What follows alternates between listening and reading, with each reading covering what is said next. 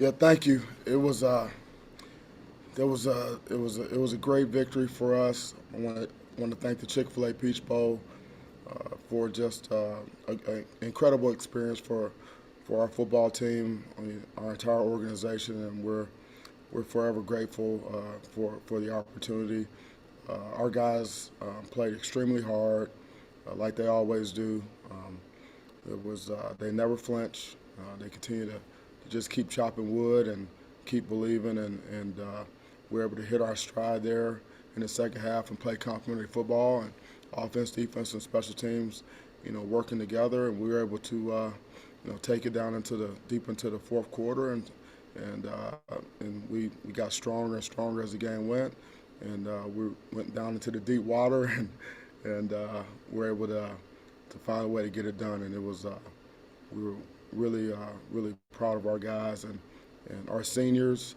Our fans were incredible. They traveled, they were deep, and they really helped pull us through. And so I know there's going to be a lot of partying in Spartan Nation tonight, and so it was just a great experience, and to get to 11 wins and the New Year's Six Bowl is quite an accomplishment for this group. All right, our first question will come from Chris Solari. Mel, I wanted to talk a little bit about that fourth quarter, in particular, the job that Peyton did. Um, there didn't seem like a lot of panic or impatience there on those final two drives. What did you see from him? And really, what was the difference maybe between those middle couple quarters where he was missing some targets and when he started to find that rhythm? Well, he showed tremendous poise. He showed a level of maturity. We talked throughout the entire game, and we just talked about what do we need to do to get better. What do we need to do to get on track, and we kept communicating, and he said that that he was missing some throws, and he wasn't accurate, and I asked him why. I said why is that? And he told me that it was his footwork, and that he was really just not delivering the ball the way he normally does. And I told him, I said, well, get your feet right, fix your footwork, and cut it loose. Just start slinging it. And he said, okay. And then he went out and he did that. And he's got good players around him, a good offensive line, the receivers, the backs, and defense stood up for us there and got stops and kept getting them the ball back. And we were solid on special teams, so we were able to play field position football, and and we were able to get it done. But Peyton showed a level of maturity and just resiliency and I told him after the game, I said, you know what you did was really hard to do, and I was really proud of him for that, and it was a great experience, and I think the best is ahead for him. Next question will go to Matt Charbonneau. Mel, I want to ask you about the defense. Obviously, they lost the quarterback again, so they're down to their third guy, lost a running back at some point. But can you just talk about this? It's a unit that has, caught a lot of grief this year, hasn't played its best at times, but tonight seemed to really kind of step up, forced a lot of punts there, a lot of 3-and-outs. Just talk about that unit's performance overall tonight. Well, I'll tell you what, the preparation leading up to this game was outstanding. Scotty and the entire defensive staff put together a great plan. Never wasted a minute in preparation, and our guys were fresh and they were ready to go, and they understood what we needed to do, and so it was all about execution. Guys played extremely hard. They believe in what we're doing, and we had rush and coverage working together, and so it was just a relentless effort for the defense, and we were able to get some 3-and-outs. We were able to affect the quarterback, and get the ball back to our offense, make some big plays, and that's what defenses do. And the past is not necessarily predictive of the future. Unless you don't change the behavior. And we changed some. We play better. We executed better. We play with better fundamentals. We got better from the end of the Penn State game until tonight, and so it showed on the field. And because of that, we got better results. Next, we'll go to Jared Ramsey at the State News. Mel, I was just curious. You have talked all season about how this is such a fun group to coach. After the final game, what was your assessment of this team overall and your relationship with them? Well, I told him in the locker room that. Well, first I told him before the game that we have a tremendous amount of gratitude for this group, our coaching staff, and we appreciate them and everything that they've done this season, all the hard work that they put in, and and after the game again, just proud of their performance. Really happy for our seniors that have given us so much, given this university so much, and I told them that this performance was very and it was very and it was indicative of how we played all season and our culture, and we're relentless. We don't flinch. We believe in the process. We keep chopping. We're in great condition, and we know that we can go deep into the fourth quarter, and wear teams down, take them into the deep water, and that's where we want to be, and we were able to get them to that point, and we're able to finish. And so it was a tremendous victory to get to 11 wins. It's quite an accomplishment, and doing it as a team, playing complementary football. It was just tremendous. The best is ahead for us.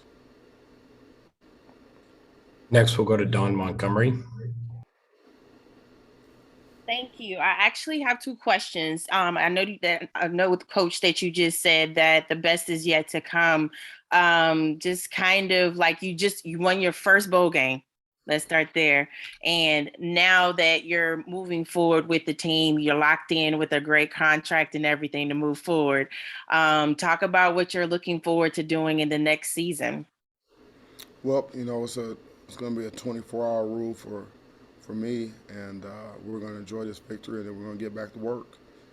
And recruiting is extremely important, and the contact period is going to open up here pretty soon, and we're going to hit the ground running, and then we're going to have a great out of season conditioning program leading up into spring ball, and then we're going to train like crazy and work to improve our football team, and our goal is to win every game on our schedule, and so there's a lot of hard work that needs to be done between now and when we kick off again next season, but we're going to remain focused and determined to get where we need to go, and we play in a tough conference.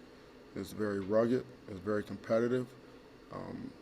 But we're in it to win it, and so I do believe that our best is ahead. But it's going to be about our actions. It's going to be about our behavior. That's what's going to create the outcome. And so we're going to get back to work. We're going to chop hard to get this football team better, and so we can go after our goals next season.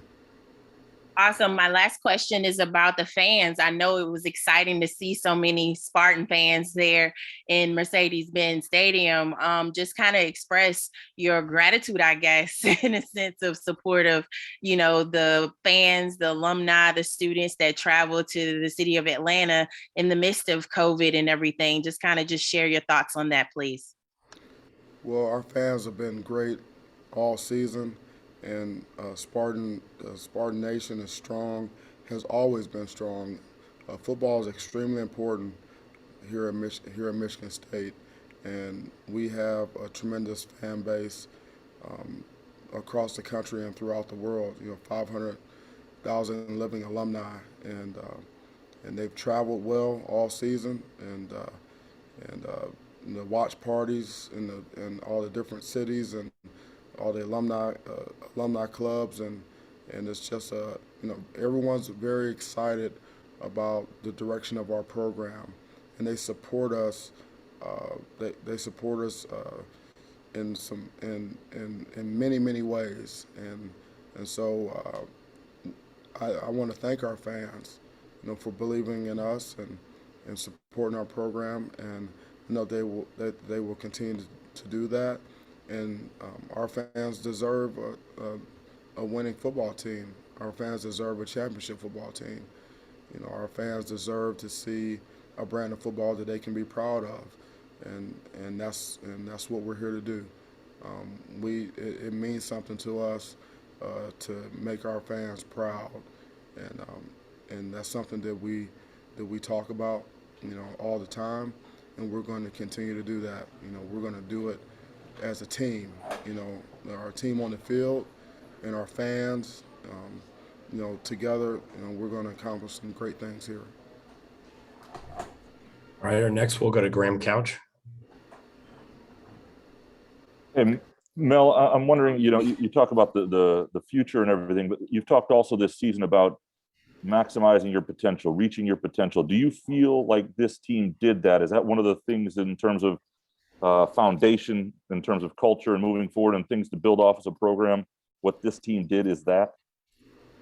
I felt like our team gave us everything that they had every game, and emptied the bucket, with extreme effort, played with toughness, was resilient, played to win, and that's all you can ask. And when the fourth quarter starts. Most teams put up a 4. We put up a 1, and that 1 really basically signifies that 1 minute after the game, what will we be able to say to each other? Coaches, players, will we be able to say, win, lose, or draw, that we gave everything that we had on the field for each other, and if we can say that, then we can live with that. And I felt like this football team just really laid it on the line, and gave us everything that they had, and so and really have laid the foundation for how we need to play football here. And our culture is really is shifted, and we're cementing it, and we're building upon it every single day. And the brand of football that we play here at Michigan State is very important, and everyone should be able to look on that field, and when they see us play, and say, those guys play hard, those guys are tough, they're physical, they won't quit, they don't flinch, and that's what Michigan State football has always been about, and that's what we see on the field. All right, in the interest of time, we're going to do 3 more from the individuals who traveled, starting with Matt Wenzel. Hey, Mel, with Jalen coming back, that seemed to obviously make a big difference in your passing attack. And then Jaden Reed in what could have been his final game for you guys, turning quite a performance. Just wondering what you saw from those two guys together, and how them being on the field at the same time changes your passing attack. Well, they're both tremendous players, as we all know.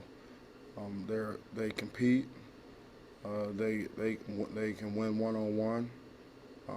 They're dynamic players. And their team guys. They block hard in the run game, and And in the pass game, those guys are hard to cover. You know, and it's not just deep balls, but it could be a short game, intermediate, and also in the deep passing game. They're very, very productive. They're dangerous, and they're absolute difference makers. Thanks, Mel. Yep, you're welcome. All right. Our next question is going to be Stephen Brooks, and then we're going to wrap up with Jack Ebling. Stephen? Sure. Thanks, Matt. Hey, Mel, when you guys have won many games sort of like this year where you've had some late things go in Miami, Nebraska, you know what I'm talking about, I'm sure. How many times does that have to happen, you think, until it just becomes part of that identity and part of that culture? And can that carry over into next year when you guys have done it as many times as you have? Or does it just always have to sort of be a constantly renewed thing? How can you kind of sustain that and make that long term, Well, it's part of our mental conditioning. It's part of our culture. It's the way we train. It's the way we practice. It's our mindset, and that's the way you have to play the game of football. It's a 4-quarter game. You have to continue to always play the next play. Just keep chopping, just keep going. Every play has a history and a life of its own. And so you don't look at a scoreboard. You just keep playing the next play with extreme effort and extreme toughness. And coaching 10 years in the National Football League, I mean, almost all those games go down. A lot of those games go down to the last drive. 2 minutes to win the game. And when you're competing at a very high level with against very good competition, you have to be prepared, to win games late in the fourth quarter, with conditioning, mental and physical toughness, and a never stop, never flinch attitude, and that's how we train, and that's how we need to play, because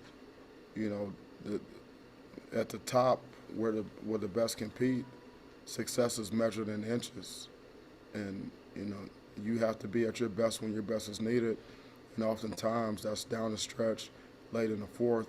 You got to make plays, and you got to find a way to get it done. You got to find a way to get in the left-hand column, because this is a binary situation. You either get a 1 or you get a 0, and our guys understand that, and we're playing to win.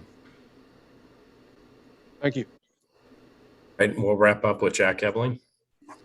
Mel, with the struggles this year in pass defense, what does it mean to you as a career-long secondary coach that you've won or saved 5 games with late interceptions, key interceptions? And what does it say that you're the only team in the country that's beaten 2 Power 5 conference champions in 2021? Yeah, well, it's something to build. It's something to build upon. It means that our guys, our coaches, and our players believe in what we're doing, and that when we execute, when we have our rush and our coverage working together, and we play our techniques, we play with great technique and fundamentals. Everyone does their job. That we can be efficient, in pass defense, and we can be stout in the run game. And when we have success, we need to continue to understand why we had success and build on those things. We're going to keep adding players to our roster, keep adding depth, and build on the positives, and own the negatives, and figure out how we can get better. And so, but the effort was there tonight, and guys were there was an element of competitive greatness, and that is being at your best when your best is needed, and that's what we've seen this season. Just like you talked about, in several games. Guys have made plays down the stretch to ice games, and so there's got to be there's something to be said for that. We do have pride in our program. We do have pride in our defense.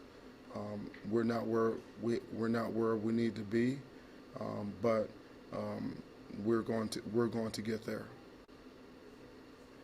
All right, Coach, congrats on the win, and thank you for your time this evening. Yeah, thank you so much.